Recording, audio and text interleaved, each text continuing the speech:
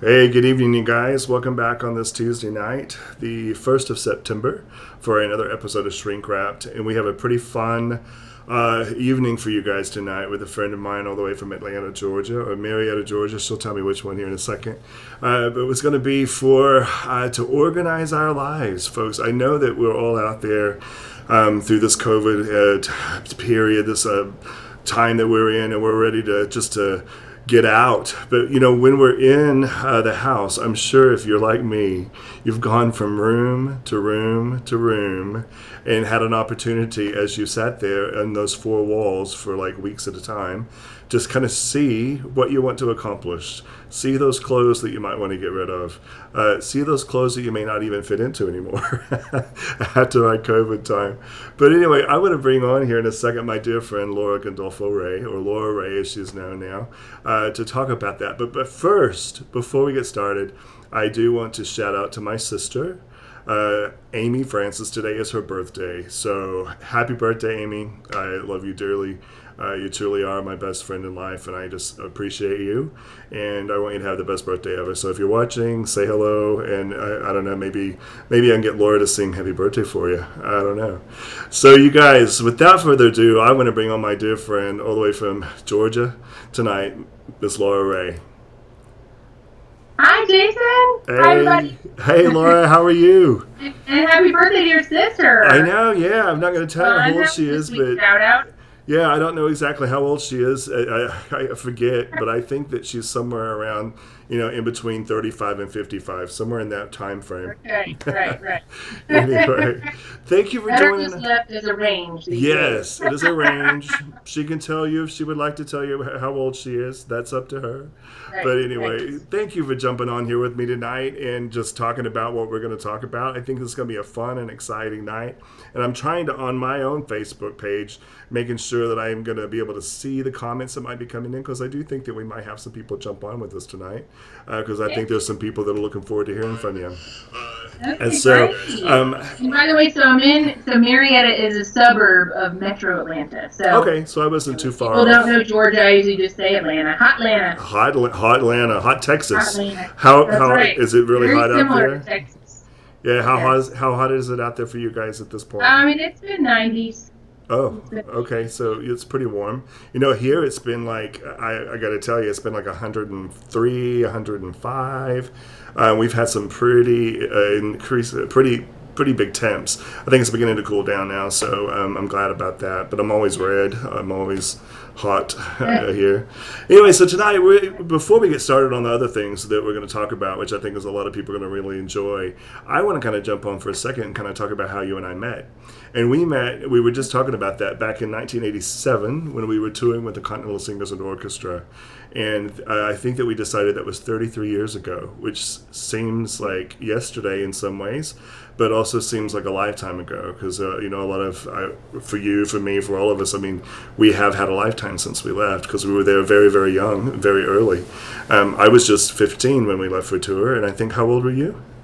Yeah, I turned 19 Yeah, on tour. 19. We were still teenagers, just mere Yeah. teenagers on that road trip that and for people who don't know what Continental Singers and Orchestra is, it is at the time, it's no longer here in the United States, but it's I think they have Continentals in Europe and I think South America now still. But we were a group of Christian singers that toured all over the United States and in various parts of the world. And our particular tour went to England, and so we went to England, Scotland, and Ireland, and some time over there. So we'll have some fun stories along the way to tell you about that, and how maybe, Laura, we could have organized our bus a little better. Just saying. Right. There might have been things that we could have used your talents back in the day. If only you would have known you would be doing it, right? If only. Right. When did you know that you were called to do organizing? When did that come about for you? I went to Berry College here in Hmm. Georgia, Yes. and I majored in communications, and I Hmm. did that for 16 years, Hmm.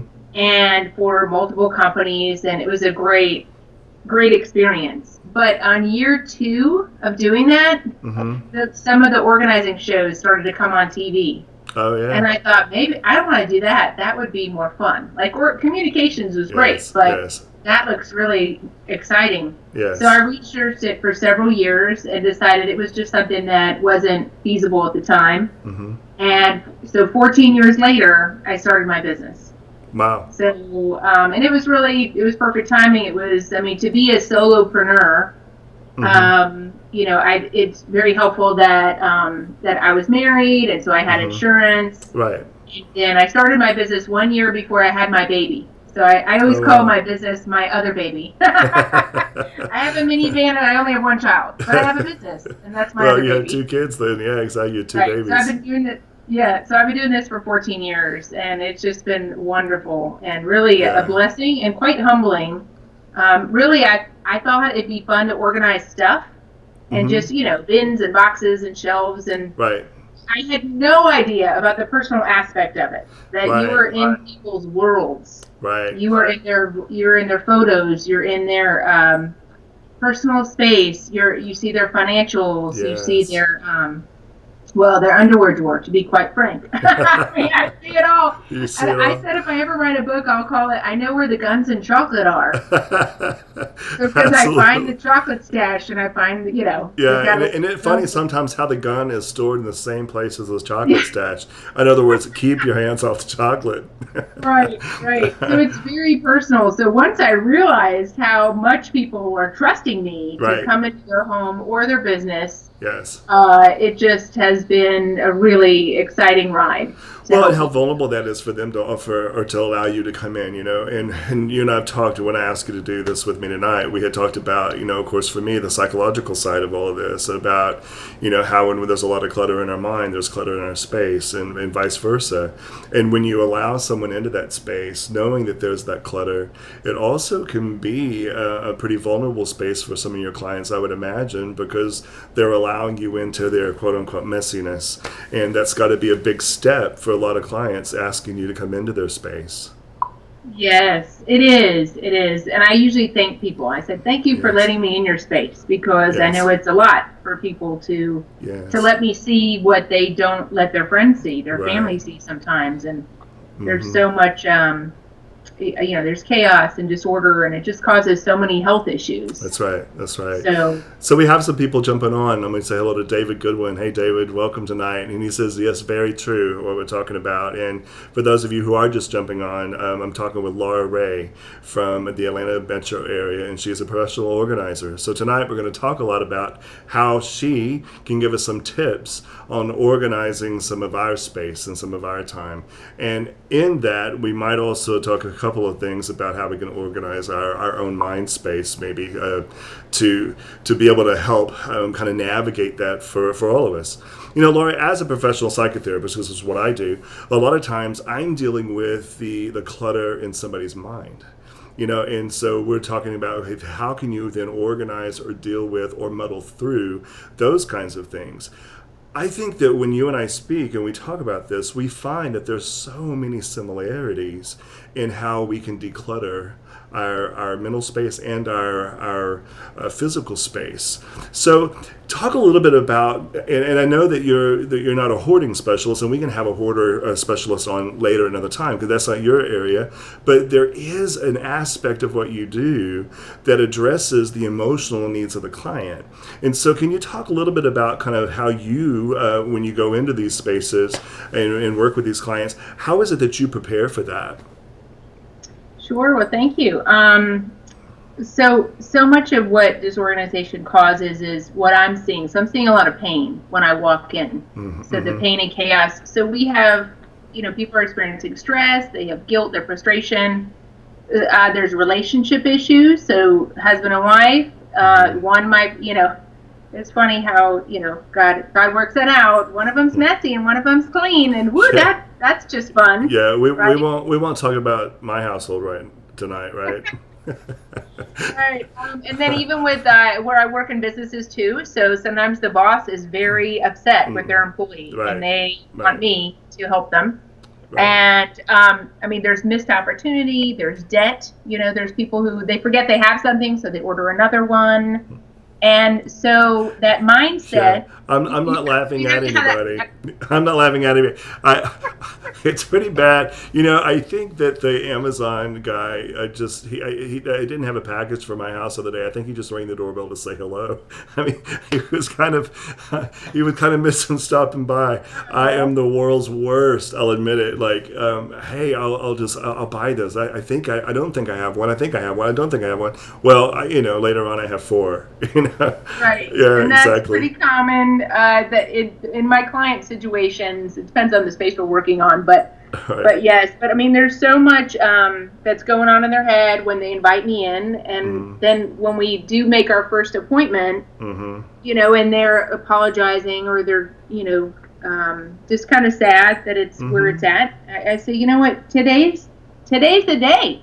You made Right. an appointment. We're calling. You're doing this. You are moving forward, and Right. I'm here to help you. And we're starting right now. Yeah. I'm like, get your water bottle, And let's and here we go. go. Do you know? And I love it because that's so your personality too. That's the thing I've loved about you for 33 years, right? Is that you're just a go-getter kind of girl. I mean, you don't let a lot of things kind of waste time. I mean, it's like, we're going to do it, let's do it. And I think that that's important to have someone like you come in, because quite frankly, I think a lot of times what happens, and you can tell me if I'm wrong here, I know in therapy for sure, it definitely takes that encouragement from the professional to help someone step outside of their comfort zone, you know? Yes, Yeah. yes. And I So, do that, and I give people permission to let go of, like, one example is gifts.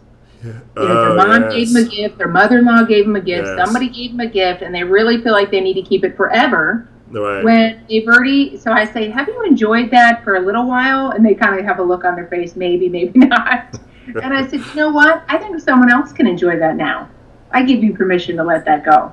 And so, Yeah. yes, so Yes. I probably have a few phrases that you have I to let love that though. things That go, giving that permission. I love the idea of how you said that, though, that it's time for someone else to enjoy this now. I mean, because it's not like we're throwing it away. We're not throwing it out. We're re-gifting it to somebody else for their enjoyment. I think, again, when my mother passed away, in March. Then my grandmother passed away. I think it was in June. Then my grandfather passed away in August. It's like almost like an every other month kind of a thing. We were having someone pass away and have a funeral and having to disperse of all their things. So, and then after quite shortly after that, then the people are moving out of houses that they've been in. So what happened for us is I ended up with, not necessarily gifts, but things that were sentimental from all of these different people's houses. So all of a sudden now I have my house that's full of my stuff and my mother's stuff and my grandmother's stuff and my other grandmother's stuff and my grandfather's stuff. Before long, I've got 3 or 4 households coming into one household, and it's hard to know when to let some of that go and when to not even bring some of that into the house, you know? Yes. Yes. And what you're talking about is actually the most difficult situations I've ever helped people with is that thing. You have multiple households coming in your house. Yes. What it does is it steals your present because your house is filled up with your past. And Right. then, and then what's left in the present when most of us have homes, we have everything we need. And Yes. there's nothing real, it's not like you need new pots and pans from somebody, and maybe, but Right. yeah, the mementos are very difficult to go through, Yes. fortunately, there's some great stuff on the internet about what to save. So, for example, so let me just give you an example. So, Yes. like this one woman I worked with, so she had this wicker set with 5 pieces, and her grandmother had it, and she always remembered when she went to her grandmother's house, she would go out in the patio and sit in the wicker furniture, and that was a memory for her. So she had all 5 pieces, and I asked her, I said, I understand that this is special. Is there a chance that you have any siblings or other family members that would want maybe you keep one piece and then they can keep 4 pieces, right? You just keep one piece and find Right. find another home for the others. Right. So it was a way of honoring that memory, Mm-hmm. but not keeping everything. And so, Right. with organizing, and I'll go through that with some people. We'll figure out a way to keep the treasures, Right. but let go of what's really impeding their space and their life, and has frankly become a burden in sometimes. Right. Sometimes it does. Right. Now, Laura, we're going to talk more in detail here in a little bit about kind of what you do step by step to help people and some of the ideas. You're also going to show the viewers and some of our listeners tonight, you're going to show them some examples of some before and after pictures. But before we do that, I'd like to know, you have a website, and if I'm not mistaken, it's called organizeatlanta.com, and I want to make sure that people have an opportunity to see that and go there. Do you work with people outside of your metro area, or do you do a lot of outside of the metro, or are you primarily there in the Georgia Atlanta metro? Tell us kind of what you do and who you work with. Okay, thank you. So yes, it's mostly Metro Atlanta because so many of the projects are multiple week projects, Yes. and so it'd be hard for me to travel. But I am part of a national group called the National Association of Productivity and Organizing Professionals. So for short, let me say NAPO.net. And so there are professionals in all the 50 states, really, and around the world. Mm-hmm. And so you can Google NAPO.net and find an organizer. And what is that again? Can you spell it out for us? Yes, NAPO, NAPO. .net. Great. I want to make sure that they have an opportunity to see that here too. So NAPO.net. Yes, and my website is organizeatlanta.com, as you said. Right. And from that, I have a YouTube channel. So if you go to my page and then click on my YouTube. Yes. So I've got several how-tos about how to do a closet and a kitchen and paperwork and emails. And I've got a number of media interviews and tips on there that, that everyone's welcome to look at. Whenever I was looking today, I was kind of perusing through your YouTube channel, and I wanted to put maybe one of your YouTube clips up real quick, and I didn't have time to get that, so I'm sorry. So people, please go to organizeatlanta.com, follow that to her YouTube channel, because you can see tons of really, really cool videos on how-tos.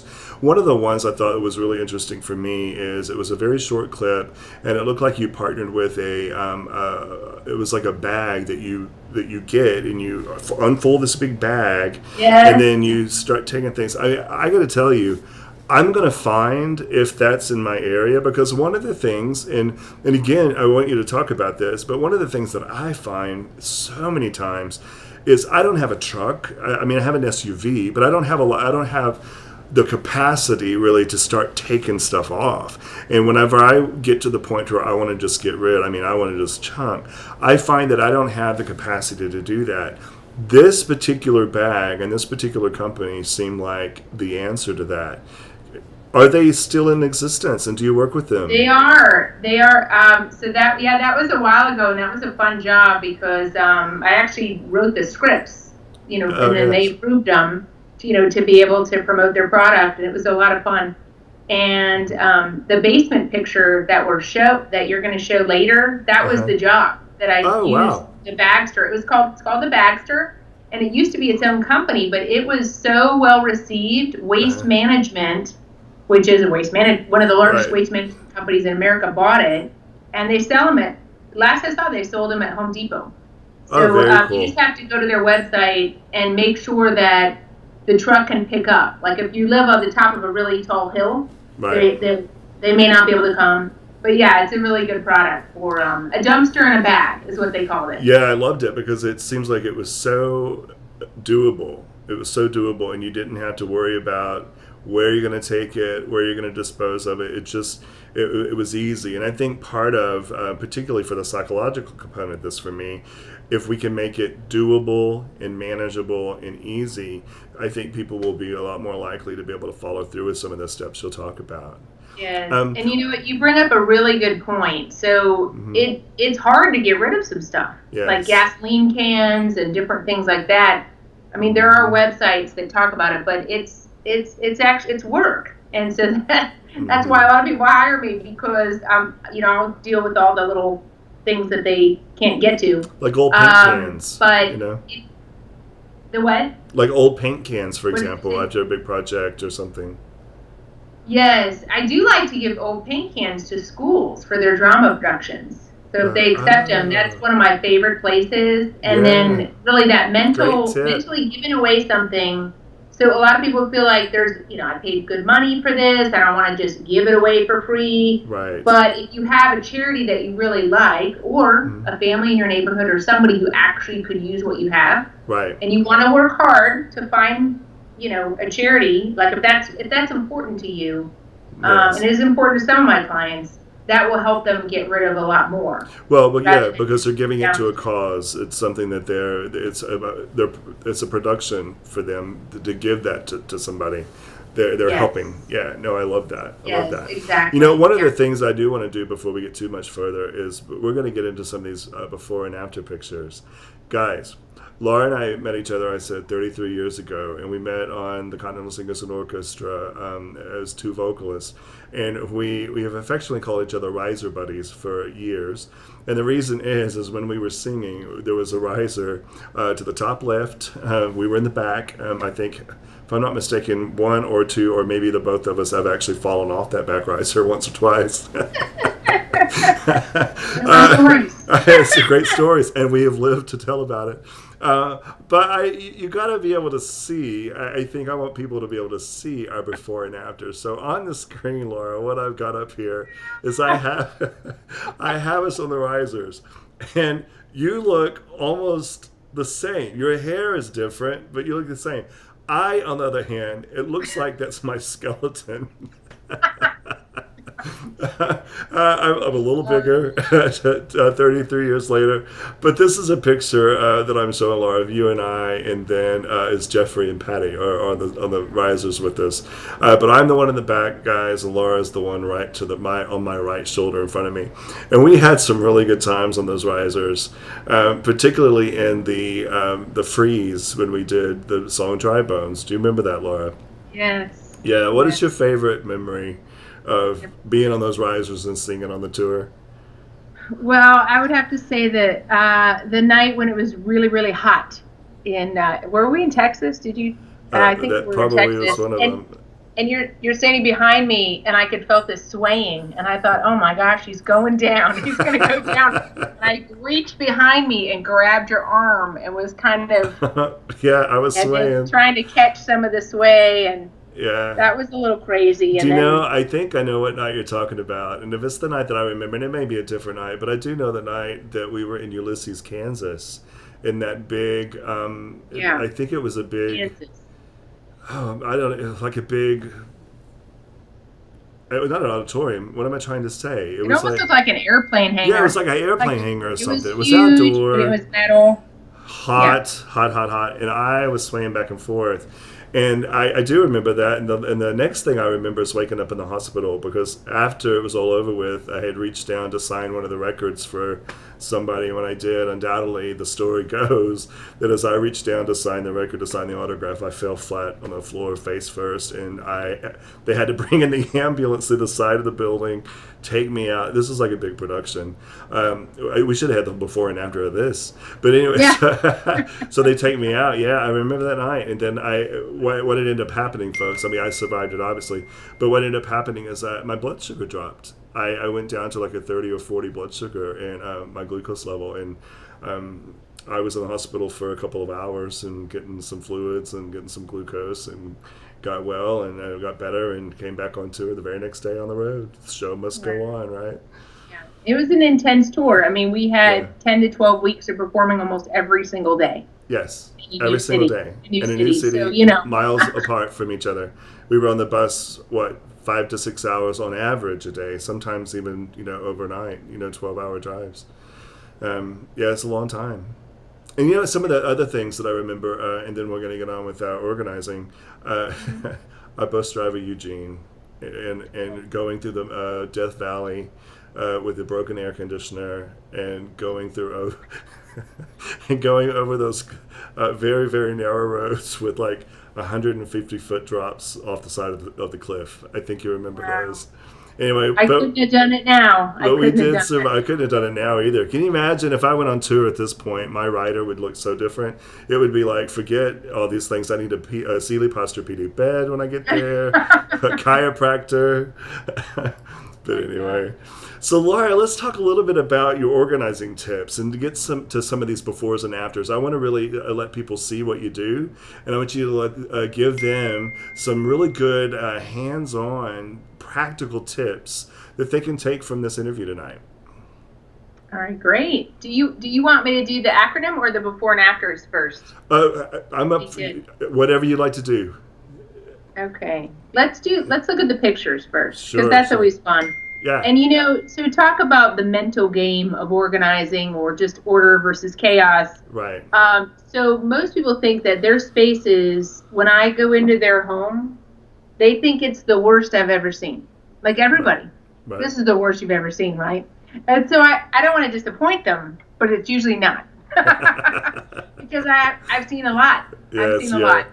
And so these two out of the three photos are some of the basically high volume jobs that I've seen. So most people's garages and basements don't look like this. Right. But it's their own personal perception of how it's working in their life, and it's not working. Right. So to them, it's the worst it's ever looked. And so I'm like, I feel your pain. I get it. Yes. I get it.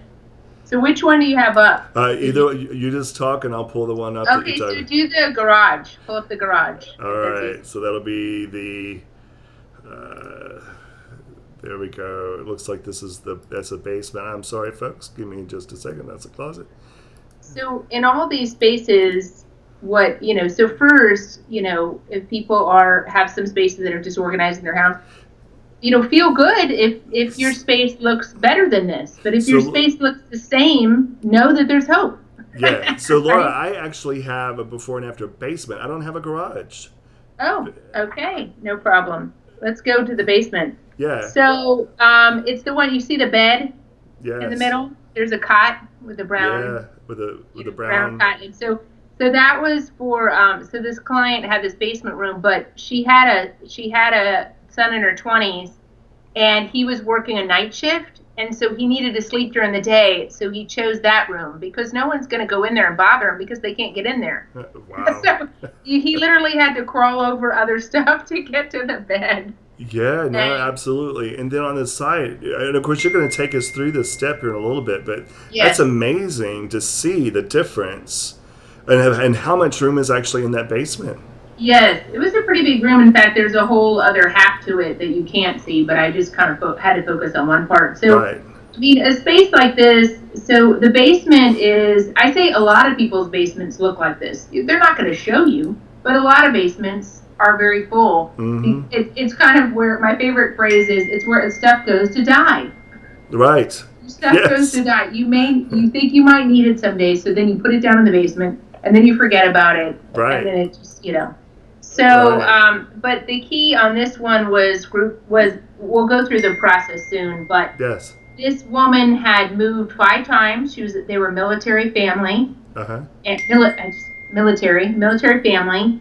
And so every time they moved, they had boxes that they didn't unpack, and it kept building up in this room and building up in this room. Mm-hmm. And then once it's a mess, your psyche says, just add to it. It's already gone. Right. So then it continues to get worse and worse. Yeah, it's that all or nothing mentality I think that we even get to in life. When something goes bad and another thing goes bad before long, you just get in almost like that self-fulfilling prophecy. It's like nothing that you're ever going to do is going to make it different anyway, so it becomes really kind of hopeless. Right, exactly. Yeah, and so that's kind of what this room was. And then, but she got rid of about half the stuff. We worked through it on a process. And then all those, we built those shelves, and they go all the way to the ceiling. So you want to use all your vertical space and organize up. So I got the highest shelves we could get, and everything's in a zone. Like there's one whole shelf for her mother's items. Her mother had passed away. There's a whole shelf unit, not a shelf unit for her mother's items. There's a whole shelf unit for her kids' mementos, a whole shelf unit for her mementos. But it's up off the floor because I've also seen water in the basement several times. Yes. I mean, I've seen ruined photos. I've seen so much ruined stuff. Wow. So if it's worth keeping, it's worth storing properly. Yes, absolutely. And I love the idea about how you talk about storing up as opposed to just out. I mean, if you can go vertical space, it just frees up so much more of your room and more of your walking spaces. Doesn't feel quite so overwhelming. Yes. And Yeah. then the next, so let's go to the next picture. We could go with the closet. Yes. The closet, or I can't remember. Yeah, the closet. So we have a before and after closet, guys, on the screen, and what you'll see is the left side of the picture is obviously the before, and then you and then you have this right side of the closet is just like, I don't want to say a department store, but it's like you could just walk in and just know right where to grab something. It's super efficient. And so Yes. closets are one of my favorite things to do because, so if you want a mindset where you start your day and you want to have a peaceful start to your day, you want to feel like you're in control, but then you can't even get in your closet. Yes. Well, that's kind of negative. That's kind of, then you just feel defeated, right? Yeah. What are you doing What are you doing over the that works? And what are you doing over the whole day. weekend? Are you gonna come do my closet over the weekend? There you go. So, and then most closets are not set up for efficiency. So this woman loved, had a very nice wardrobe and purse collection. And so we did multiple clothes racks, we did multiple shelves, and organized as high as we could. Yes. Any higher, she wouldn't be able to get it down, so we decided not to go any higher. But and then it's all. What's interesting about closets is it's all math. So the number of inches of clothes that she has when they're side by side with the on the hangers. That's the number of inches of hanging space you need. Okay, the same with purses. So let's say she had 48 inches of purses. So then we need a shelf that's 48 inches. Or something has to go where it's not going to work. Yeah. So that's how I design closets. It's all math, and then it's fun because closets usually end up looking real nice because it's very colorful and. Yeah. So for all the kids who might be watching this organization show tonight, you just heard Mrs. Ray say, "Yes, you will use math again in your life." Just saying. For all of us who said growing up, "Well, I'll never use this again," you will. You will when you organize your closet. It's true. I have to say the most math I ever had to use on a job was for a large restaurant company. And they were having me look at their new freezer that wasn't built yet. It was an architectural design. That's the first time I had done organizing from a blueprint. Yeah, that sounds frightening. I mean, that's overwhelming, right? The what? Sounds overwhelming to be able to just visualize that in your mind. It was really cool, but it was all math. So I said, how many inches of chicken do you have?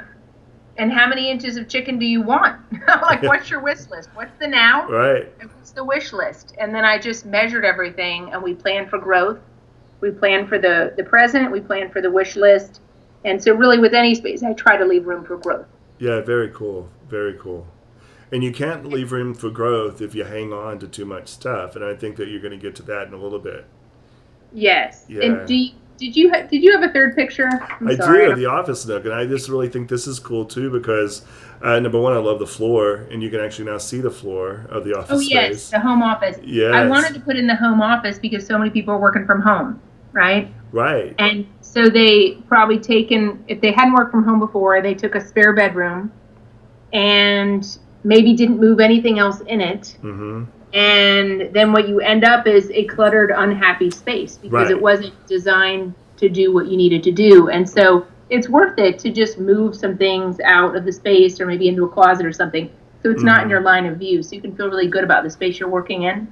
Yeah, and that's amazing. So Laura, tell me, in this picture in this home office, because I'm looking at it and I'm thinking, how in the world, number one, how in the world didn't anybody work there, right? And I've been there, done this, so no judgment from me. But then I'm looking, where did you put all that stuff? I mean, obviously there was a lot of those things that this person didn't need anymore, that this person probably could just get rid of, that wasn't being utilized, because I don't see how in the world all of that could fit so beautifully where you have it in that space. Right. So a majority, well, you can't tell, is a majority of it was paper. And then there was a huge amount of returns, like stuff she needed to return to the store. And it was one of those spaces that, she had two small children. And it was one of those spaces that she just kind of gave up at a certain point. Just pile it in there. It's her. I can't find it anyway. So, I'll get to it next I've weekend. given up. Yes. But she wanted it back. Hmm. And that's the thing. There's always hope. You can get it back. You can get Yes. it back from anywhere, right? Right. Yeah. Very cool. And so what we did was we went through all her papers. I actually do, Jason, 60% papers for businesses and homes. Because Wow. like it's not a paperless society yet for anyone over 40. Yeah. I No, do you're so much. right. I do thousands of files every year for Yeah. homes and businesses, It's and which amazing. is a lot of fun. I like papers too. So we got rid of tons of papers for her, and then Hmm. she actually quite a bit was archived. And Yeah. then So so when you get rid of those papers and you get rid of those archives, where do you put them? so the archive, she had a metal filing cabinet in her Hmm. basement. I see. And so that's a safe place. It's off the floor. It's, we could label the drawers so that she Hmm. had, old paperwork in there. Right. And then you'll see the file cart under the desk on the left. Yes. And that's all her current files. And Got it. then a lot of the mementos that were in there are above the desk are all cabinets. That's Hmm. all filled with photos and mementos only. There was no paperwork. There was no tchotchkes. It was Hmm. all her, in the all boxes.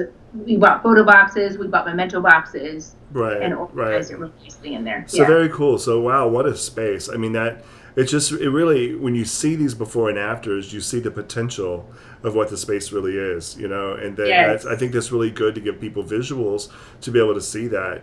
So let's go on to the point to where now you get to tell us how do we do this? Because I think Okay. Right. a lot of people are just probably biting at the bit, chomping at the bit. I think they say, just like let's get on with the practical tips. So tell us a Yes. little bit of how you go through your mind in organizing these spaces for people. Okay. So my first tip is basically what not to do. Okay. So Yes. let's say you're in a closet. There could be easily 600 things in a regular closet. So you think of every Hmm. top, every pant, every accessory, every belt, every tie, right? So you're touching a lot of things. And that's with any space, a garage, a kitchen, I mean, hundreds of items. Right. And so what most people want to do is they open up go back to the kitchen, open up the kitchen, and they pull Hmm. one thing down, and then they want to make a decision on it. Right. Okay, so that's hundreds of different decisions. And Yes. so what I've got and what you can put on the screen is an acronym called GREAT. Yes. GREAT. And so lots of organizers have systems. I created an acronym so I remember and make it easy for people to Right. tell Yeah, and I people. like it. And So it's a G, great acronym.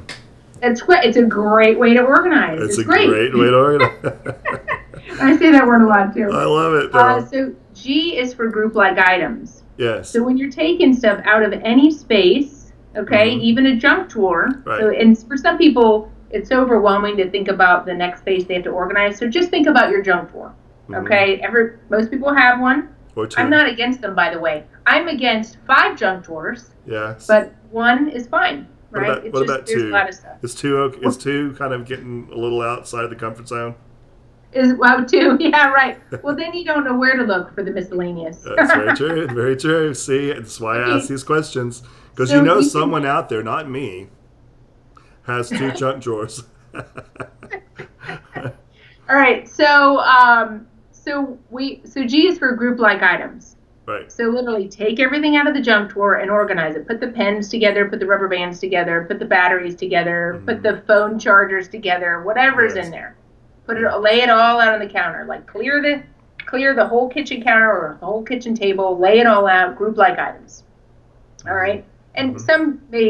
there may be something in there that doesn't have a category, but that's fine. Put it Right. on its own. Right. And then the R is for rid the clutter.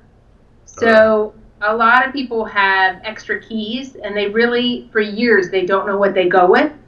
And Right. it's personal decision. You could throw them away or you could not throw them away. But if that's a category that's clutter, just get Hmm. rid of it. You didn't know what it was. Anyway, I'm not saying get rid of keys. I'm just saying that's an Well, but example there's of so what I many. found. But you're so right. I mean, I think, and I'm looking in my own mental space in this junk drawer at home.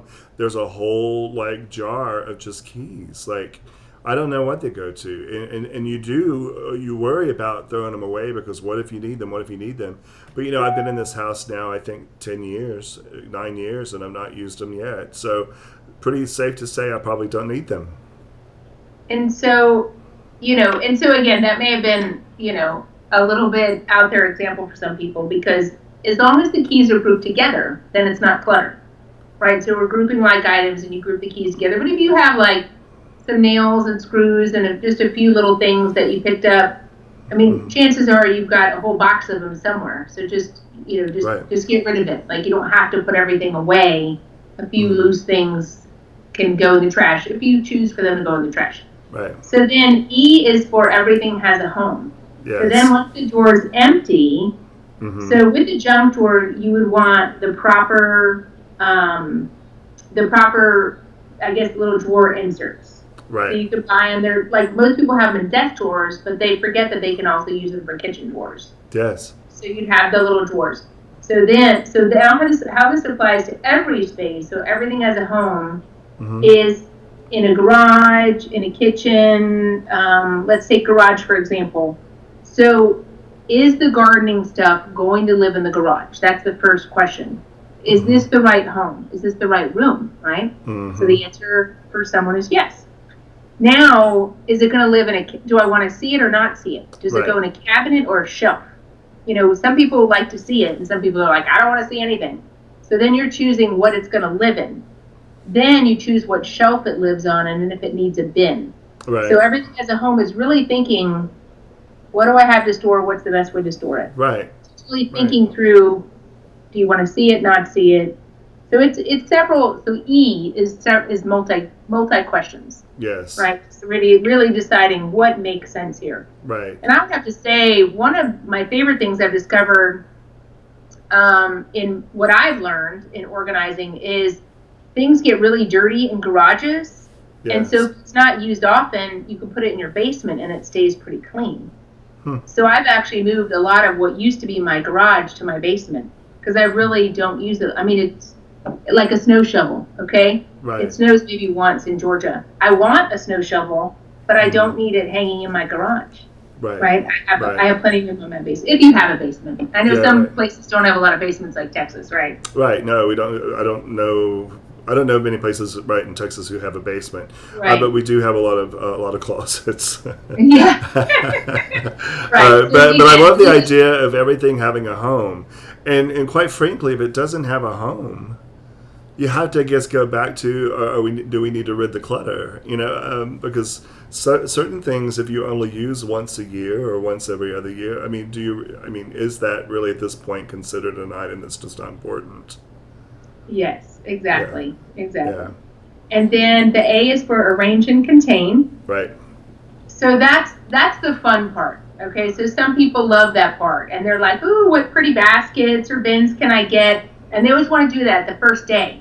Right. And I said, "Well, we've got a lot of work to do before we can get to the fun part." Right. So you gotta be patient and wait because you don't know what bins to buy because you don't know how much you're keeping. You don't, and you don't know where they're going. Yeah, it makes sense. What size shelf they're going on. So you can't. So a lot of people want to buy containers first, but it actually needs to be last. And then the T is for take. Oh, go ahead. No, it's interesting though. Because and maybe this goes into maybe a question for a hoarding expert, but the whole idea, of wanting to go buy the containers first. That has a really interesting kind of a thought for me. And the first thought I go is okay, well, let's avoid what we're doing and let's just go shop. Let's just go buy things. Yeah. Let's just go get something else. And then the other part of that is if I can get all of these containers, I don't have to get rid of much. I can keep everything because at that point, everything's going to have a home because we're going to have all these bins to put it in. And so it seems like to me that flipping it how you're flipping it and making sure that you do what I would say the grunt work first, getting rid of everything and really going through and organizing the mind space for it all. Then at that point, then you go back and you only get what you really truly need. And that might be a hard thing for some people to got to wrap their mind around. Yes. So I've had some of the clutter that I get rid of at people's houses is bins that didn't fit the space. They didn't know why they bought them. They just... Yes. But I know why they bought them. Okay, so number one for women, that I find this all over the map, including myself, what we want is control. Yeah. And so buying the bins or buying office supplies or buying administrative type things for the office, for your home is you want control, and so you think it Mm-hmm. will give you control, but really there's a lot of work to be done before you can get control. Yes. But that's what the T is for, is take back control. Yeah. So you're taking back control by, you have a home, first of all, you have what you need. You've already made those decisions. Right. And then you decided where it's going. And now how are you going to maintain that? Right. So if you decided that your gardening goes in the garage, mm-hmm. and it's left out or it goes on a shelf unit, but it's mm-hmm. left out on the floor or on the potting bench or wherever, then then you don't have control of that. But if you need to decide when you're going to take control of that. And it may not be like immediately after gardening. Maybe after dinner, you're going to go put everything mm-hmm. away. Right. So it's deciding, for a lot of, especially moms, I say before dinner, you and your kids can zoom around the house and put stuff away. Right. So decide when you're going to take back control. Because we're not supposed to live perfect. I always tell my clients, we're never going for perfect. Right. We're not going for everything is in its home at the same time. I don't claim that, but at least once a week, mine is. Yes. So I want to just briefly stop or interject, because we have some people. I want to say hello to Skeeta Jenkins. He was on last a couple of weeks ago. Oh, yes! And we wanted to say hello. Very cool. Thanks, Skeeta, for joining us. My Aunt Pat Campbell, I don't think you ever had a chance to meet my aunt. She says, "Why didn't you tell me about tonight? You know I need to talk to her." Good news is, Aunt Pat, you can always call her. Yes. And you can always go to her. I would talk to your Aunt Pat, even though, I would talk to your friends in Texas, absolutely. Yeah, I may not work there, but I'll talk to people, yeah. Absolutely, and they can go to, again, organizeatlanta.com and follow to Laura's YouTube channel, because she has tons of different videos on there that can be very helpful for all the things that you might think that you need some help on. And the other thing is, my aunt wanted to know, are you using my closet tonight for this example? No. Maybe that's a show idea for next time. Maybe inside the home of Jason Francis, and let's go into his closet. I don't know if you could organize all of my shoes. It would be probably a big challenge for you. Although I will tell you, all of my shoes are in their own box, in their own bin, and they are stacked high. Now, I'm not going to tell you how many shoes are stacked high from the floor to the ceiling, and that take up an entire wall in my closet, but nonetheless, that's for another show. And then Amy Beeson Bill. The most I've done is 300 shoes. Oh, well, I might run a close second. And actually, the closet that we showed, that was just her clothes. You'll notice there were no shoes in there. We had a whole other closet the same size as that one for just shoes. Hey. And we had it all the way to the ceiling. We had it up to 8 inches from the ceiling. It was maxed out floor to ceiling. Wow. So, so there is hope for people like me. Yeah, so Amy Beeson Mills. Hey, Amy, welcome tonight. I'm glad you're joining in too. And again, we're talking with Laura Ray. She's a professional organizer and a very, very dear friend of mine from the Atlanta, Georgia area. And we're hearing all about how she can help us with some tips. So let's go back over or just the acronym. It's a great acronym for helping us learn how to organize. G is a grouping I like items. We're going to get rid of the clutter. Everything has a home. We're going to arrange and contain, and then we need to take back control. And so, Laura, when you do all of these things and when you go through the entire process with the client, talk about what the transformation is for the client on the other side, and what do you see with the person themselves? Oh my gosh, I'm so glad you asked that. So right before the pandemic, thank the Lord that I finished this humongous job. So there was a woman who, she had her third child under 5. Wow. Under the age of 5, the last part of her pregnancy, she was on bed rest. Goodness. And her husband is one who doesn't, organizing is not his strength. He didn't really understand grouping like items, or it was just, for some people it eludes them. It's which is fine, because you can learn organization, you can learn the principles. And so we did their whole house top to bottom. And she said, it was really a wonderful comment. She said, "Laura, in my life, one of the best decision I made was my husband, and then my kids, and then third was hiring you." Wow. But she was so grateful. And Yeah, and And, how and then again, I fulfilling. can only imagine the peace that she was able to feel during the pandemic with the Yes. chaos swirling outside. Her house was done, and she did the work. She was, between every appointment, she did Right. more and more. Like, she was motivated and very grateful. But the Yes. transformation was, I mean, she said it really, had made a change in her life. Yeah. And that's got to be fulfilling to you for you to be able to go in and see that because of your skills and your talents, your patience and your willingness to work with these people, it really does help them bring back not just their space, but their mental space as well. Which is kind of Yes. what the whole Shrink Wrap show is about. I was talking about bringing the awareness to mental health and how we can maintain our own positive mental health. And so before we go, I want to see if there's, I know that we've talked about your acronym, we've talked about all these really good skills, but on a personal level, Laura, what can you leave the listeners with? Maybe 2 words of wisdom or 2 words of advice from you that how can you help or how can they help maintain a positive mental health? Oh, sure. So not just about organizing, or Anything, just kind anything. of the whole thing. Oh my gosh. Well, I know my sanity during the pandemic was prayer. Yes, So, I mean, yes, it's just comforting to know that so the Lord didn't create the earth in one day. It's not a 1 day thing. It was right, 6 days, and then He rested. And for getting control of your home or office or even your mental space, it takes time. yes, And but we serve, for me, I serve a God of order, yes, and He's always providing hope. yes. So I mean, there's Yeah, I always love hope. that. I love that. There's always hope, and the before and after pictures to me are hope, because Yes, those people didn't know if I could help them, and I said, "There's always hope," yeah, right? So I would yes. say that. Very cool. Thank you. And one more time, the website for Laura Gandolfo Ray, Laura Ray, almost called you Laura Gandolfo.